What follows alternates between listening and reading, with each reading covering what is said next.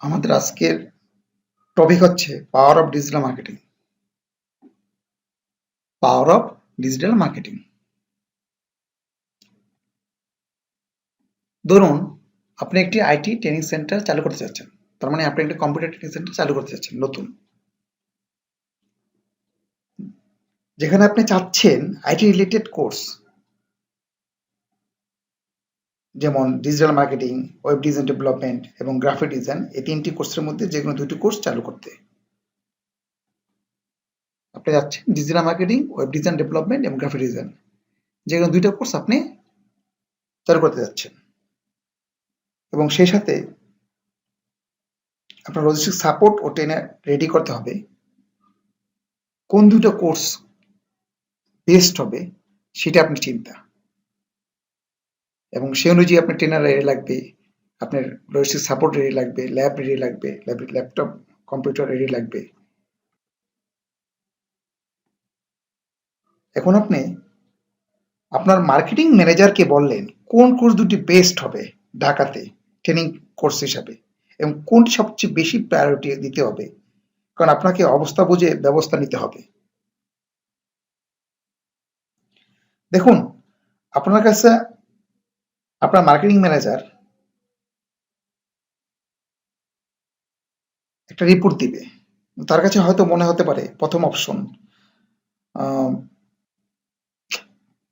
১০-১২ জন লোক নিয়ে জিজ্ঞেস করলো যে কোন ট্রেনিংগুলি ভালো হয়, তাদেরকে একটা ফিডব্যাক পাওয়ার জন্য তাদের কাছ থেকে কোন ট্রেনিংটা ভালো হয়। এটা হতে পারে প্রথম অপশন। দ্বিতীয় অপশন, সেকেন্ড অপশন, আপনার একজন বন্ধু যে আইটি ট্রেনিং কোম্পানিতে পূর্বে কাজ করে বা এখনো কাজ করছে, তার কাছ থেকে আপনি একটা ফিডব্যাক নিলেন, জেনে নিলেন যে আসলে কোন ট্রেনিংটা ঢাকাতে ভালো চলে। এর উত্তর আমরা একটু পরে দিব। এবার কিছু লজিস্টিক স্ট্যাটিস্টিক্স নিয়ে আমরা আলোচনা করব। ডিজিটাল মার্কেটিং স্ট্যাটিস্টিক্স পরিসংখ্যান নিয়ে আলোচনা করব। আলোচনা করার পরে আমরা উত্তর দিব।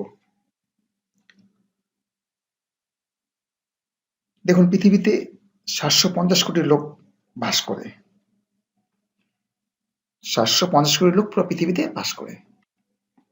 এর মধ্যে ৩৭০ কোটি লোক কোনো না কোনোভাবে টেকনোলজি ইউজ করে। আবার এর মধ্যে ২৭০ কোটি লোক যারা সোশ্যাল মিডিয়া ডেইলি ইউজ করে। ২৭০ কোটি লোক।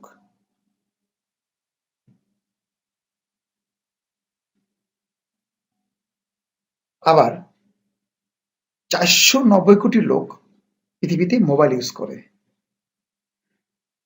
তার মধ্যে ২৫০ কোটি লোক সোশ্যাল মিডিয়া প্ল্যাটফর্ম ইউজ করে। ফেসবুক, টুইটার, লিঙ্কডইন এগুলি ইউজ করে ২৫০ কোটি লোক। তার মানে ২৫০ কোটি লোক সোশ্যাল মিডিয়া প্ল্যাটফর্ম ইউজার।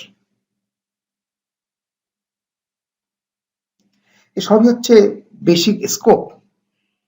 আপনার স্কোপটা কোথায়? Business scope. এগুলি সব বিজনেস স্কোপ। আপনার পটেনশিয়াল কাস্টমার হতে পারে এরা। So what is digital marketing power? Digital marketing এর পাওয়ারটা কি আসলে?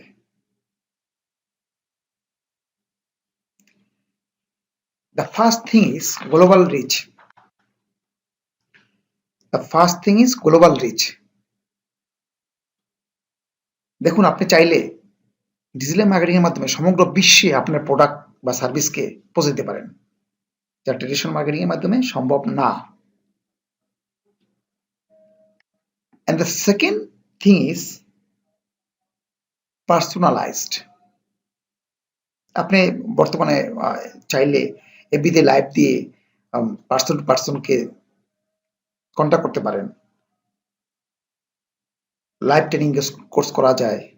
আপনি চাইলে ইন্ডিভিজুয়াল ফিডব্যাক নিতে পারেন, যেটা ট্রেডিশনাল মার্কেটিং এর মধ্যে সম্ভব না, যে পাওয়ারটা ট্রেডিশনাল মার্কেটিং এ নাই।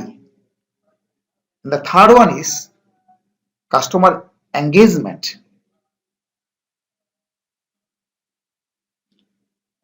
আপনি ডিজিটাল মার্কেটিং অর্থাৎ কেমন ভিডিও অ্যাড বানাবেন তার উপরে এঙ্গেজমেন্ট নির্ভর করে অবশ্য। এখানে কাস্টমার আপনাকে প্রশ্ন করে, যার ফলে কানেকশন বিল্ড আপ হয়। আর এই কানেকশন বিল্ড হলেই রিলেশনশিপ তৈরি হবে। এভাবেই কাস্টমার এঙ্গেজমেন্ট বাড়ে। তারপর আসি the fourth one, content variety. Different পোস্টে ডিফারেন্ট কন্টেন্ট দিবেন। কন্টেন্ট বলতে অডিও, ভিডিও, টেক্সট সবই বোঝায়। ইমেজ, কোন কন্টেন্টটা কোন সময় ভালো হবে, একই কন্টেন্ট সবসময় দিবেন না, এই জন্য বলেছে কন্টেন্ট ভ্যারাইটি।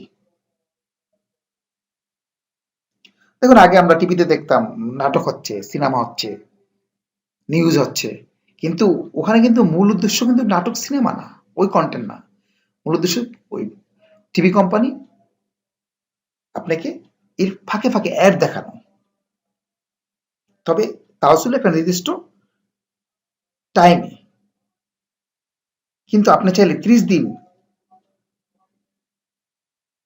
আপনার কাস্টমারের সাথে ডিজিটাল মার্কেটিং এর মাধ্যমে কন্ট্যাক্ট বা কানেকশন থাকতে পারেন। এটা সম্ভব ভ্যারাইটি অফ কন্টেন্ট ইউজ করে। আর ডিজিটাল মার্কেটিং এ এই সুযোগটা আছে। And the last all, sales conversation, sales conversion. Sales conversion বলতে আপনি যখন কাস্টমার এঙ্গেজ হয়ে যাবে, যখন রিলেশনশিপ বিল্ড আপ হয়ে যাবে, যখন কাস্টমার আপনার প্রোডাক্টটাও দেখে নিল এবং তার কাছে তখন কি সেলস করা যাবে। এভাবেই সেলস কনভার্সন হয়। সো ডিজিটাল মার্কেটিং এর মাধ্যমে আপনি সেলস কনভার্সন করতে পারেন। অ্যান্ড দ্য ফাইনাল ওয়ান, যেটা না বললেই নয়, কস্ট রিডাকশন। দেখুন, কনভেনশনাল মার্কেটিং এ টিভি, বিলবোর্ড, পোস্টার সবই হিউজ কস্টিং এর ব্যাপার।